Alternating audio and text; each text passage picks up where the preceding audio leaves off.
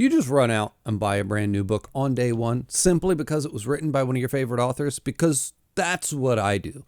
And last week, All That We See or Seem came out, written by Ken Liu. So of course, I bought it, I've read it, and now we're going to talk about it. So if for some reason you aren't like me and you didn't just run out and buy this book willy-nilly and you're just kind of curious, is it worth your time? Well, let's talk about it.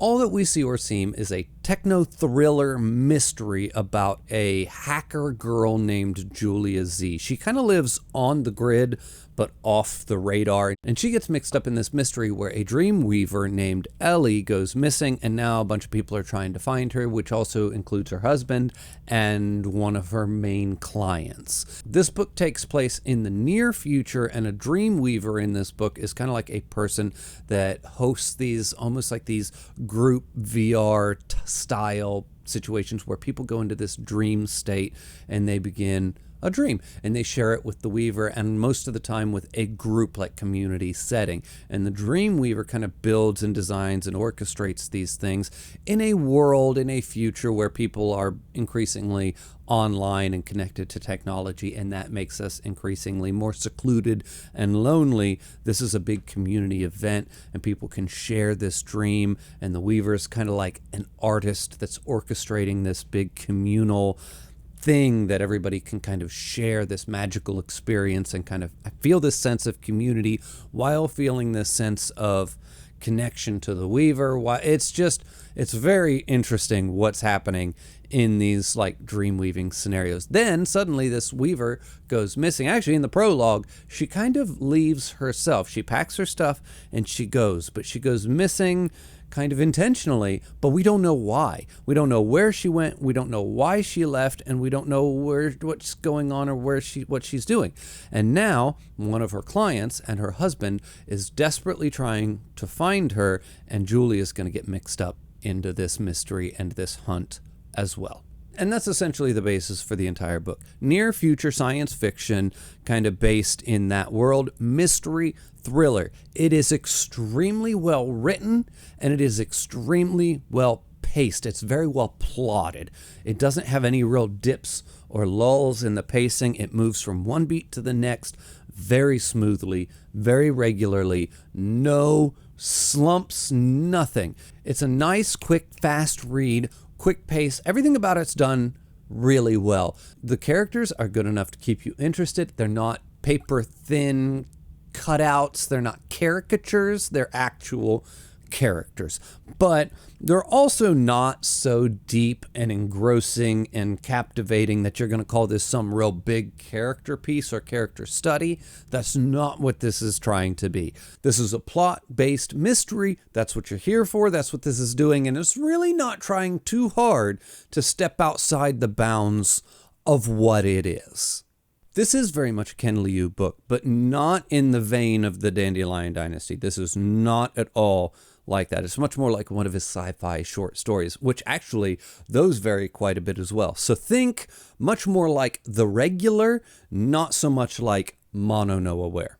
I've also heard this compared to Blake Crouch quite a bit, which I kind of, I don't know how I feel about that comparison, just simply because I have kind of a love-hate relationship with Blake Crouch. I love some of his stuff, and I kind of hate some of his stuff. At least the internal logic and like the science of this is rock solid, unlike something like A Dark Matter, which kind of goes off the rails. But anyway, speaking of the science of this is, like I said, a near future science fiction book, and it is based a lot around AI and artificial intelligence, like AI assistants in the future. This future, everybody will have like an AI assistant, and it's like a subscription model. You subscribe to whatever AI assistant you want. And it's like nowadays we have like ChatGPT where it's trained on basically everything. Well, you get your assistant, you subscribe to it.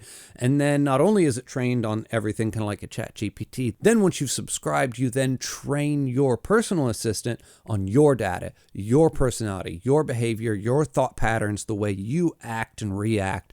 That way your AI assistant now can go out and act kind of on your behalf, and it will think, act, and behave like you because you've taken the machine learning of that AI assistant, and you've trained it on your personal data to be you. Anyway, my point is the actual like science of this and what he's decided to hone in on and work on is like rock solid, and it's almost frighteningly believable in some aspects. It's also a lot of the world has become essentially a surveillance state because of phones and just security cameras, and everything has become a surveillance device.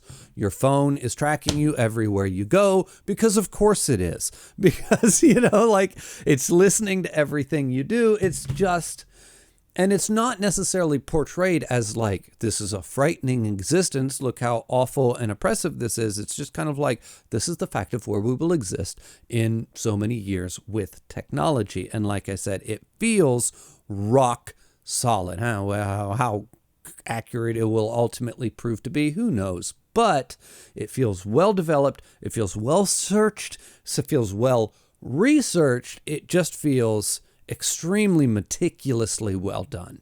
Whether or not that's what you're looking for and whether or not that's what you're interested in is completely up to you. Then this is book 1 in a series, put that in quotes because I don't know what kind of a series this is going to be. It's called All That We See or Seem, a Julia Z novel, and it feels 100% self-contained. This feels like this is just a book that's telling its own story, and it didn't need to have a Julia Z novel written on the side. But what that feels like to me is it also kind of the way it ends, he leaves this like opening for more stories to be told, and it feels like a standalone book, but it also feels like a setup for more stories, but it also feels kind of like a setup in the way of like a Knives Out type of a situation where you have Knives Out and then you have Glass Onion, and they are two stories in a series, but they are also just really the only connecting tissue is Benoit Blanc or whatever his name is, and it's just him going through different cases. That's what I kind of envision this being, is just kind of Julia Z taking on different cases for different books and having different like little bubbles of mysteries that we have to solve.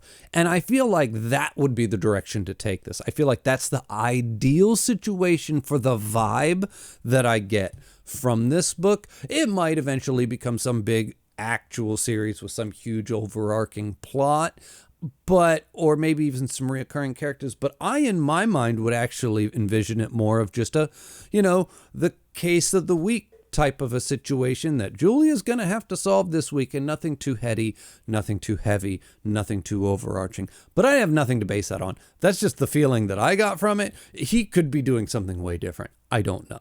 Now what I want to talk about is Ken Liu, his catalog, and where this book fits into it for me. And I saved this for the end of the video because I didn't want to discourage anybody from reading it right off the rip, because Ken Liu is one of my favorite authors ever. He has written masterpiece after masterpiece after masterpiece. On top of that, Ken Liu can literally write anything he wants. He proved that with The Paper Menagerie. It has so many stories that are so varied from so many different genres and so many different styles. He just, apparently, if he wants to write it, he can, and he excels at it, period. Now, after that, he went and he did The Dandelion Dynasty, which is an epic fantasy that's 4 books long, thousands of pages, and an utter masterpiece. The last 2 books in that alone were written as, it was supposed to be a trilogy, and he wrote the 3rd book and it ended up being over 2,000 pages. So when he went to do the rewrite, it was obvious it was going to have to be 2 books instead of 1. And then he did the second write, the second pass, and as he did that, he broke it into 2. So that book, or 2 books, I should say, he put his nose to the grindstone. He started working, and it took him 5 years from the time he started the first draft to the time that he finished the ultimate drafts of both those 2 books. So it feels like, having established that Ken Liu can write anything he wants, he said, after doing that, I want to do not that. Let's take a break from that insane epicness, and let's just write something a little bit smaller, a little bit quicker, a little bit lighter, not something I'm not going so deep into. I have nothing to base this on. That's just what this feels like to me. This feels like I need a little bit of a little break. I'm going to take a step away from the epic that was the epic of the Dandelion Dynasty. That being said, and then for me reading this coming off of just a 10 out of 10 with the paper menagerie, the 10 out of 10 that was the Dandelion Dynasty, the perfection that was that series, and then stepping into this world, and I just went, shucks, because it's good. It's probably a good solid 8 out of 10 book for real. And if this was any other author, I would be sitting here going, oh, this was a good time. I would enjoy it. You would probably have a fun time with this. I highly recommend it. And I do say that. And I do recommend it. And I do think you'll have a good time with it. But coming from his perfect masterpiece stories to an 8 out of 10, yeah, it was a good time. I had a good time with it. I think it was good. I think it's worth a read. It feels somehow like a letdown. I don't know. It was enough of a step down, or at least enough of a step in a direction that I prefer some of the other things that he does. And there's a surprising lack of heart in this, whereas like that's some of the stuff that he does when he puts a lot of heart into his writing is where I just melt into his books, like that Mono No Aware, that short story in the Paper Menagerie, or the Paper Menagerie short story itself, or the Dandelion Dynasty. And I just fall into them. And this is, like I said, much more one of his plot-driven stories. And if this was a short story in one of his collections, I would have been like, yeah, it was a good one. Moving on to the next. But it wasn't a short story. It was an entire novel. And I'm going to keep saying this. It's a good book. But as far as Ken Liu's work is concerned, it was a little bit, it's not my favorite. It'll probably fall down towards the bottom of the list as far as the hierarchy of where it lands in my favorite things that he's ever written. But if you are a plot driven, if you're a mystery kind of person, if you're kind of like that techno thriller kind of person, this might be right up your alley. If you're a Ken Liu person who fell in love with the Dandelion Dynasty and Mono No Aware, you might be a little bit disappointed in the way this book is handled. That's all I'm saying. I still think it's a good solid 8. I still think it's a good time. I still think it's worth reading. Take that information and do with it what you will. I hope that was useful to somebody. Anyway, everybody, as always, the link for my Patreon's in the description below. The link for my Discord's in the description below. Thank you for watching, and I'll see you next time.